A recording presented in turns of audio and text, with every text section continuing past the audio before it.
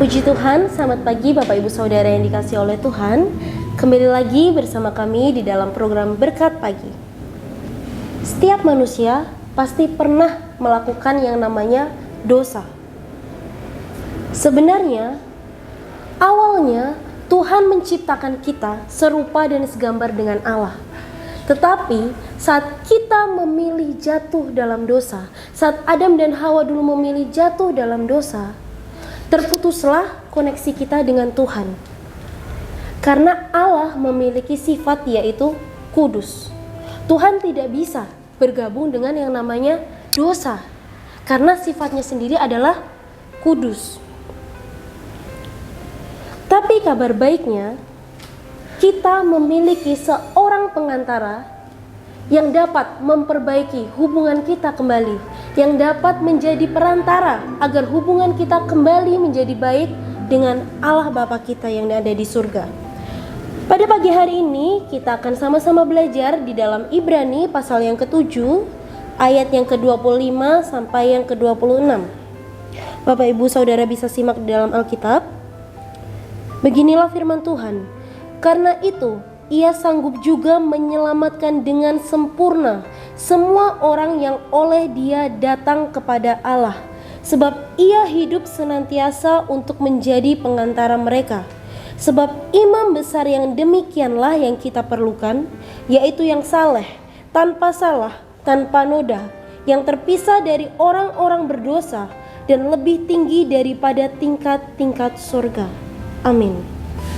Di sini dikatakan bahwa Tuhan sanggup menyelamatkan kita dengan sempurna bagi setiap orang yang mau datang kepada Dia. Bukan hanya kepada orang-orang tertentu saja, di mana mereka mungkin berbuat baik. Segala kebaikan kita tidak membuat kita menjadi benar, Bapak Ibu Saudara. Yang hanya dapat menyelamatkan kita adalah anugerah dari Tuhan Yesus sendiri, yang mau menjadi pengantara bagi kita, yang mau menjadi jalan yang menghubungkan kita dengan Bapa kita yang berada di surga. Sebenarnya, mengapa hanya Yesus saja yang dapat menjadi pengantara kita dengan Allah? Yang pertama adalah karena Allah hidup untuk selama-lamanya. Tuhan Yesus hidup untuk selama-lamanya. Ia mati, tetapi Ia bangkit. Dia hidup dan Dia naik ke surga.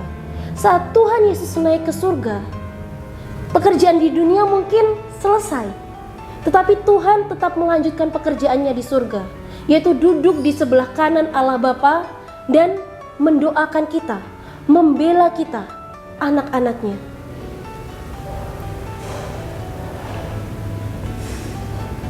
Kita seringkali meminta kepada pendeta, gembala, orang di sekitar kita yang kita rasa mereka lebih rohani daripada kita untuk mendoakan kita. Kita gak sungkan untuk bilang, boleh gak titip doa? Boleh gak doakan aku untuk hal ini? Itu bukan hal yang salah Bapak Ibu Saudara. Akan tetapi seringkali kita justru lupa bahwa kita sendiri bisa datang kepada Bapa di surga melalui Tuhan Yesus sendiri.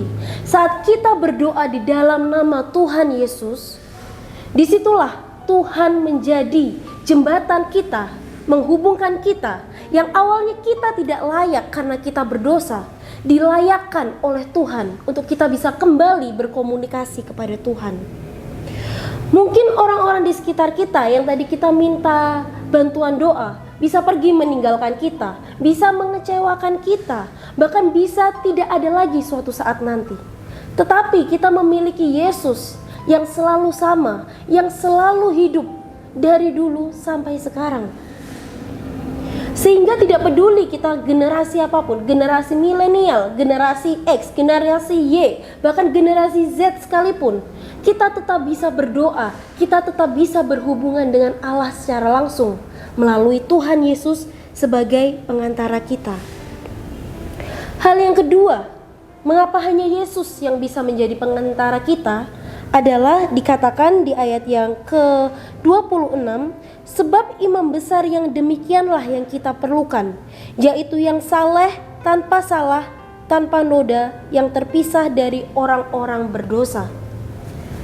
Tadi sudah saya singgung di awal bahwa Allah memiliki sifat kudus, sehingga kita yang berdosa tidak bisa langsung berhubungan dengan Allah. Oleh karena itu kita memerlukan pengantara yang tidak berdosa, yang tanpa cacat noda. Kalau kita mempersembahkan korban setiap tahun seperti zaman Israel dulu, yang memberikan itu orang yang berdosa, sehingga mereka harus menyucikan diri mereka sendiri sebelum mereka berdoa untuk dosa pengampunan kita. Tetapi Tuhan Yesus sendiri yang adalah kudus, dia tidak perlu melakukan hal itu karena ia sendiri tidak berdosa. Oleh karena itu penebusan Tuhan Yesus cukup untuk sekali, untuk selama-lamanya. Kita akan baca di Yesaya pasal yang ke-59 ayat yang pertama sampai yang kedua. Yesaya 59 ayat yang pertama sampai yang kedua. Beginilah firman Tuhan. Sesungguhnya tangan Tuhan tidak kurang panjang untuk menyelamatkan, dan pendengarannya tidak kurang tajam untuk mendengar. Tetapi yang merupakan pemisah antara kamu dan Allahmu ialah segala kejahatanmu, dan yang membuat dia menyembunyikan diri terhadap kamu sehingga ia tidak mendengar ialah segala dosamu. Dari ayat ini kita bisa simpulkan bahwa dosa memang penghambat hubungan kita dengan Tuhan. Bukan berarti tangan Tuhan kurang panjang untuk menolong kita. Bukan berarti telinga Tuhan kurang tajam untuk mendengarkan apa yang menjadi isi hati kita. Dosa kitalah yang menyebabkan hal itu. Maka dari itu Tuhan Yesus, karena begitu mengasihi kita, dia mau menjadi jalan. Bukan sekedar penunjuk jalan, tetapi ia mau menjadi jalan itu sendiri. Ia rela diinjak, ia rela disakiti, agar kita bisa datang kepada Bapa. Kita akan baca lagi di 1 Yohanes pasal yang kedua, ayat yang pertama sampai yang kedua. 1 Yohanes pasal yang kedua ayat yang pertama sampai kedua. Anak-anakku, hal-hal ini kutuliskan kepada kamu supaya kamu jangan berbuat dosa.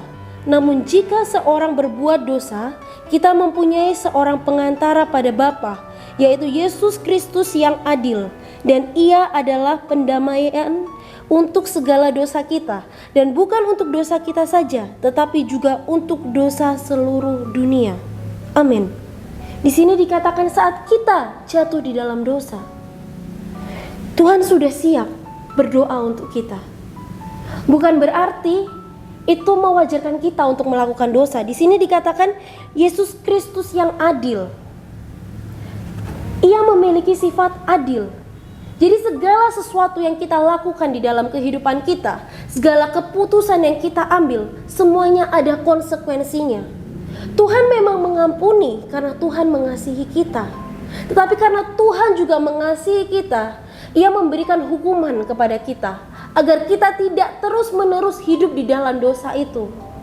Melainkan kita mau bertobat, kita mau datang kepadanya, dan memohon belas kasihan kepada Tuhan. Jika kita membaca dengan terjemahan lain, dengan terjemahan lama, di sini dikatakan Tuhan Yesus memohon.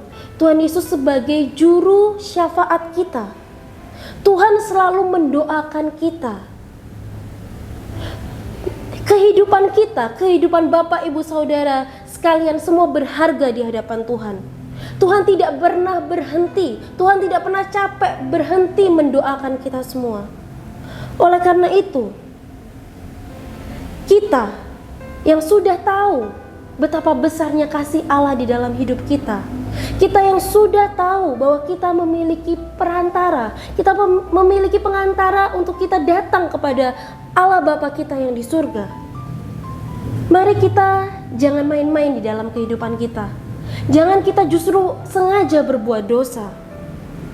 Kita perlu mengingat selalu bahwa ada pengorbanan di balik kita bisa kembali untuk datang kepada Bapa kita. Marilah kita sama-sama selalu introspeksi diri kita. Mari kita sama-sama datang kepada Tuhan. Apabila kita berbuat dosa, kita mau datang, kita mau mohon ampun kepada Tuhan. Biarlah kita selalu membangun hubungan yang baik dengan Bapa. Jangan sampai apa yang menjadi pengorbanan Tuhan Yesus, apa yang Tuhan Yesus lakukan sampai saat ini menjadi sia-sia karena kita tidak mau berbalik dan bertobat kepada Tuhan. Sekian firman Tuhan pada pagi hari ini. Sekiranya memberkati kita semua. Immanuel, Allah beserta kita.